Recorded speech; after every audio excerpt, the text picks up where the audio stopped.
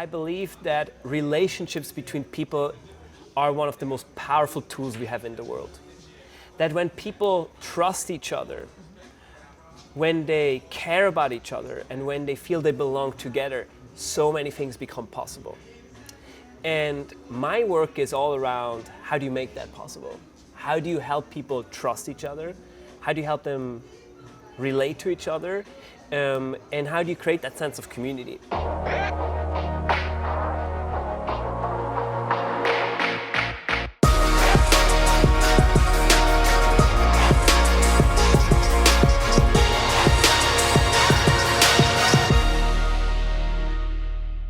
So thank you so much for taking time, Fabian. Thank you. We're happy to share some of your thoughts on community building. That's what you do, right? Yeah, exactly. So yeah, we'd like to know a little bit of what you do, what you think about community culture in companies and workspaces. You have the community canvas, which is like a map that you use. We can maybe blend it in for you guys so you can have a look. Maybe we can go through that a little bit and explain a little bit. Yeah. Cool. So how did you go to New York? How do you like living here? Yeah. In the vibrant city? We fed up after 5 days. We're gonna come back for sure, but for now we like full. It is a very intense and high energy city for sure. I'm originally from Switzerland, and I moved here as part of my entrepreneurial journey. Yeah. And I got to meet two friends, and we started a company together. And for different reasons, I ended up coming here, and now I'm still here. And I've been thinking about leaving, and I tried to leave several times, but somehow I have not succeeded in it because there's always a lot of things happening. And maybe next year, who knows? What do you miss at home? What do you not like here? You know, nobody moves to New York City to enjoy the city. Everyone moves to New York City with a dream. Everyone moves to New York City to hustle, to build something. And if you are in that same mindset, it is incredible. But if you need a break or just want to relax or just be, this is not necessarily that place to feed that, because everyone has a dream. And that is if you walk into this room over there, everyone will have an idea to talk to you about. And that can be incredibly energizing, but after a while it can also be really tiring. Where do you go for breaks? What are your... Yeah, I'm a Swiss boy at heart, so I go... you don't find any mountains here or cows? Or Exactly. So I try to get into nature. I have actually a ritual where I've started going hiking and camping here, like in upstate New York, which is okay and it's nice. But maybe 6-7 years ago, I started going out to the western part of the U.S., like California, and there just the nature is incredible. Like California has the Sierra Mountains and all the national parks, and the hiking there is world class. Yosemite. Joshua Tree near LA, Yosemite, Sequoia. So it's incredible. And there the nature is just. I usually try to spend 2 weeks hiking around late August every year. And I have a plan, we'll see if it will work out, to go hiking for 6 months in a row next year. Okay. Well, not in 2020. And there's a trail that goes all the way from the border of Mexico to the border of Canada. It's called the Pacific Crest Trail, and you literally are walking for 4, 5, 6 months. Wow. And that is my aspiration for 2020. We'll see if I will do it, but that is the dream. What is that? Do you have to train for it? Or, because I'm not a hiker at all. I mean, I bought shoes today that are kind of, in the hiking look. But in the hiking look, okay, yeah. I think I'm pretty used to now. The longest I've been outside in one row is maybe 1 month. And I think from that to kind of 6 months, it's not a huge difference. Physically, I think if you walk for 6 months, I think you can be totally out of shape when you start. At some point, you just get into shape. Yeah. I mean, you just walk for a couple of weeks, and at some point, I guess your body will be in shape. And, so you don't have to train for it? Is it just no, not really. You just have to prepare logistically. Yeah. As in, what stops you're gonna make and how you're gonna pack food, or? Yeah, actually, you send yourself packages. True, I saw that in the documentary. In the mail, and you have to make sure that the right places will have the right packages waiting for you, because otherwise you don't have food waiting, or you don't have warmer clothing or things like that waiting for But you. then again, which is a nice, to get back to our earlier conversation, there will be probably a community, hiking community, Yeah. that also in case your package doesn't Yeah. arrive, will maybe, give you some shoes that Yeah. are 2 sizes too big or too small, but they will probably take care of you. Yeah, absolutely. I actually, in fact, so the longest hike I did, I mentioned to you, was about a month long. And I started meeting these people, and they call it a trail family. And it really becomes your community. It's the people who walk more or less at the same speed as you do, and usually don't walk with them. But every night you say, okay, let's camp in this area, and we look at the map. And so we meet at night. And we share stories around the fire, and we share food, and also if people have issues, challenges, we support each other with it. And it was really, really nice, and I still keep in touch with those people. So definitely community, yes. Yeah, nice. So what is it about work that you do about community, and how does that influence, we're talking about workspace context here. Yeah. What do you do what is the community canvas? What do you do for a living? So I've been building communities for a long time. And what I've realized is why I do it, there's a very simple reason. I believe that relationships between people are one of the most powerful tools we have in the world. That when people trust each other, when they care about each other, and when they feel they belong together, so many things become possible. And my work is all around how do you make that possible? How do you help people trust each other? How do you help them relate to each other? And how do you create that sense of community? Because if you are a team trying to build something, if you are a neighborhood, if you are an associations with people all over the world, in the end of the day, I think so much of it comes down to relationships. And we live in a world and in a society where we have a lot of connections, but not a lot of relationships. And that's the work that I do, trying to figure out, well, how do you have relationships? And how do you have relationships at scale? How do you have relationships in organizations where maybe you have a lot of people working at? So I think a lot about these questions, and the community canvas, what you have referred to, was a big project we did, where over 3 years we talked to over 120 community builders from all over the world. What sizes? All kinds of communities, from people who bring together 20 people and people who bring together 200,000 people. And we asked them, how do you do it? And what are the important things you think about when you build communities?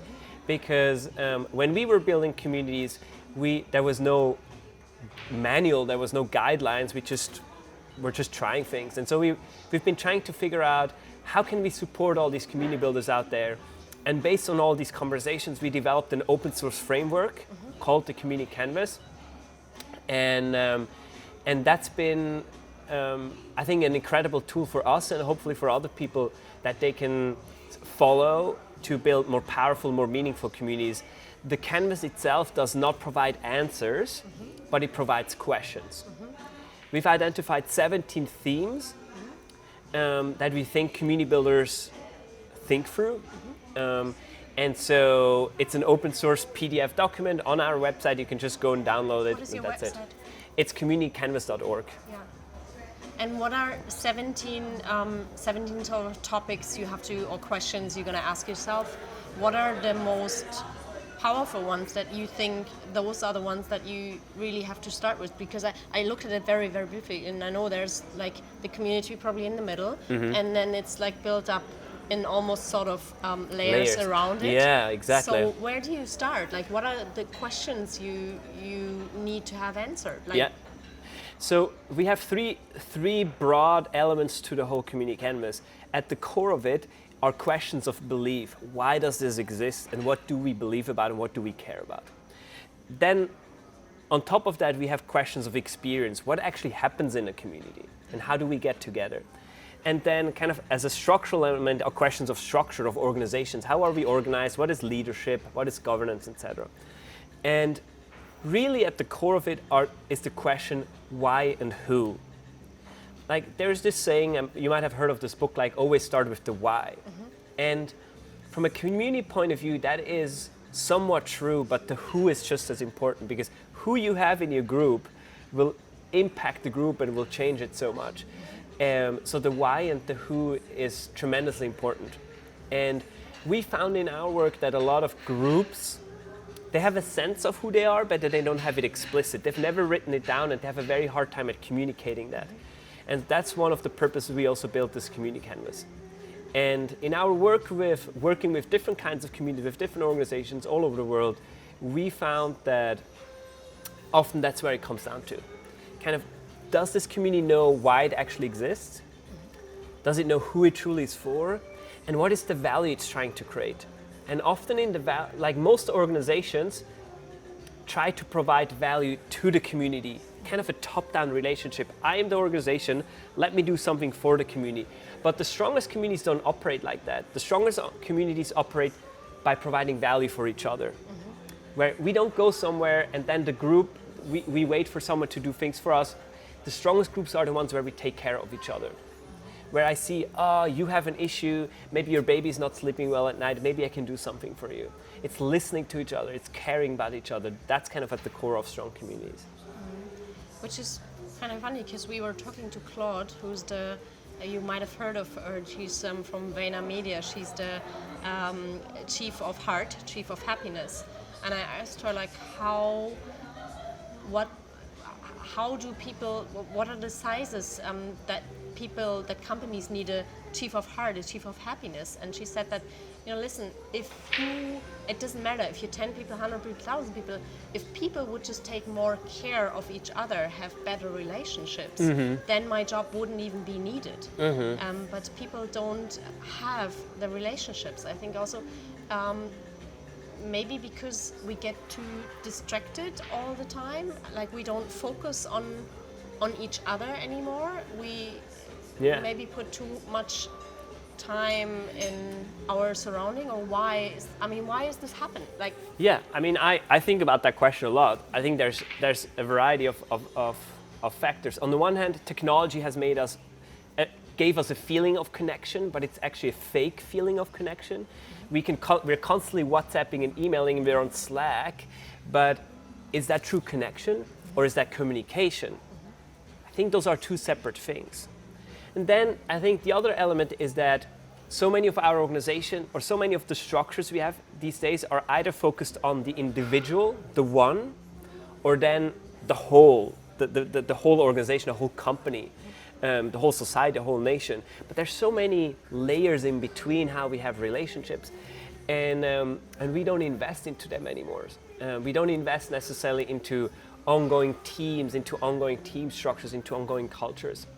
And I think lastly, I see also that a lot of things that are labeled community these days, they have a very, very weak relationship quality to them. And through social media and things like that, I think they give a sense of community, but really the quality in there is very superficial. How do we create, we come across the workspace, the co-working spaces all the time these days. They're popping up like, I don't know, mushrooms on your hiking exactly. trip. It's crazy. And I find we've had experience with tons of them, many of them, also with our company, we were visiting them. And I find it really hard to build your own identity within such a community.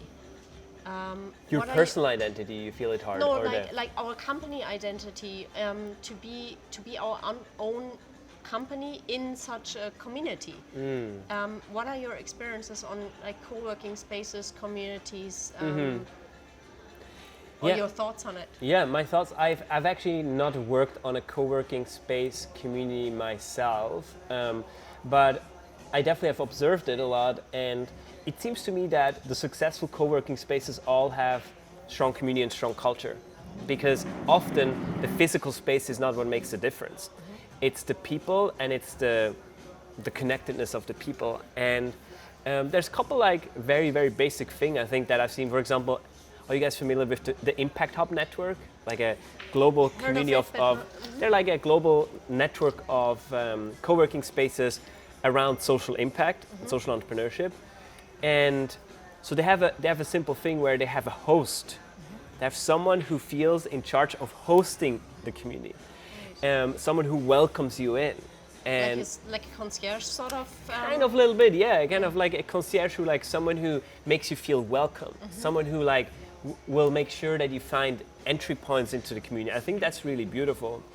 And I think I found that a lot of co-working spaces they go after the community topic through events, by simply hosting events. But there's a difference between doing a series of events and hosting a community. And I think the difference is that a community is something that feels not transactional. It's something where you feel at home. It feels something that is not necessarily networking. It feels warmer, it feels more informal, it feels like you can be your true self. And a community might also be something that you get to shape yourself versus something you just go to and attend. And I think there's, from a lot of co-working spaces I've been to, there's only few that I felt that had really had that sense of community. Which ones? These impact hub spaces that I've been to, I really got the sense that there was a strong sense of connectedness there, where people would hang out not just at the event but outside, where there were things like people were making lunch together, there were like potlucks, that really had the sense of like co-createdness. But there have been other co-working spaces where I felt they were too perfect, where I couldn't sense like a true sense of community there. From a community point of view, I differentiate how people show up in a community. And there's two ways. One is a consumer behavior and one is a co-creator behavior. Consumer behavior is like, oh, let me see what's in it for me. Let me go and be entertained. And in today's society, most of us show up all the time in a consumer behavior. We assume that other people will take care of us and will provide us with things. There's another behavior in the community, what I talk about all the time, the co-creator behavior. The one that feels like, this is my community, this is our community. And unless I do something, nothing will happen. And that's the interesting behavior. But we are so used to being consumers that it's very hard to change that. And I think it has to be very explicit to say like, Kat, I don't want you to just show up and like consume. How do you want to contribute? How do you want to shape this? What would you like to do to contribute to this community? It has to be an open invitation, and that invitation has to come again and again and then again and then again, because culture doesn't change from one day to the other. I think that's kind of at the core of this. It goes along with a little bit with that rule that applies on social media use, that 90% of the people consume the things, 9% of it comment on things, and only 1% actually creates and puts stuff out there. Yeah, absolutely. It's a small percentage, but if you're in a group where everyone else is just like passive, there's just not that much value. And in the end of the day, I think we have enough connections, but what we all are craving for is people we truly care about and we truly want to be friends with. People we can people we can call on a Saturday night and say, hey, I have a problem, can you help me with? But most of us don't have these people anymore, you know? And I think that's where, I mean, you talk about like workspaces here. There was a big study, there was a Harvard Business Review report called the loneliness epidemic. How most people in workspaces don't know anyone anymore, like feel very disconnected and feel very lonely at work actually. Why? Because everything is so operationalized, everything is so optimized on performance that relationships have been falling apart. Relationships take a long time to form. Relationships take time. They need to be nurtured, you know? And in a lot of organizations, that is just not a focus these days. Everyone wants to do culture, but not everyone is willing to invest into culture, because culture takes a long time. Culture is very patient, you know. It's probably like a tree or something. It takes a long time to grow, and you need to take care of it. Exactly. But once you have it, it's very stable. Where's the journey going to? Like, for me personally? Yeah, and also what are your when we look into the future, what are your thoughts? Yeah, I'm very curious because I can tell that humanity is craving more serious connections.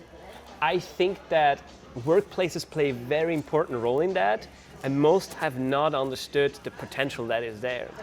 I'm very, very interested in, there's a concept that was developed by a gentleman in New Zealand, Richard Bartlett, that he calls micro-solidarity. And what he talks about is like, what if you were a big part of like a big organization, let's say you work for a company that has 10,000s of people, you will most likely feel very alone. You feel very anonymous in this big organization. But what if you could have a little tribe, maybe 5 people, whatever, maybe 7 people, that would be your tribe, your little unit of change, your people that you could really connect with and truly could be honest with and be vulnerable with. What would that do to your performance, to your personal well-being, to your sense of being supported? I'm very interested in that. I'm really interested in seeing, could these larger organizations create micro units within, but not micro units that are focused on performance, because that's a team. And that's very different, because a team has a specific goal that it needs to solve. And that's not relationship driven. And I think what a lot of organizations could profit from is a unit that is outside of performance pressure, that is just there for you. That might not be, maybe it's people from other units. It's a diverse set of group, people you can feel safe with. I think that term of psychological safety is incredibly important for that.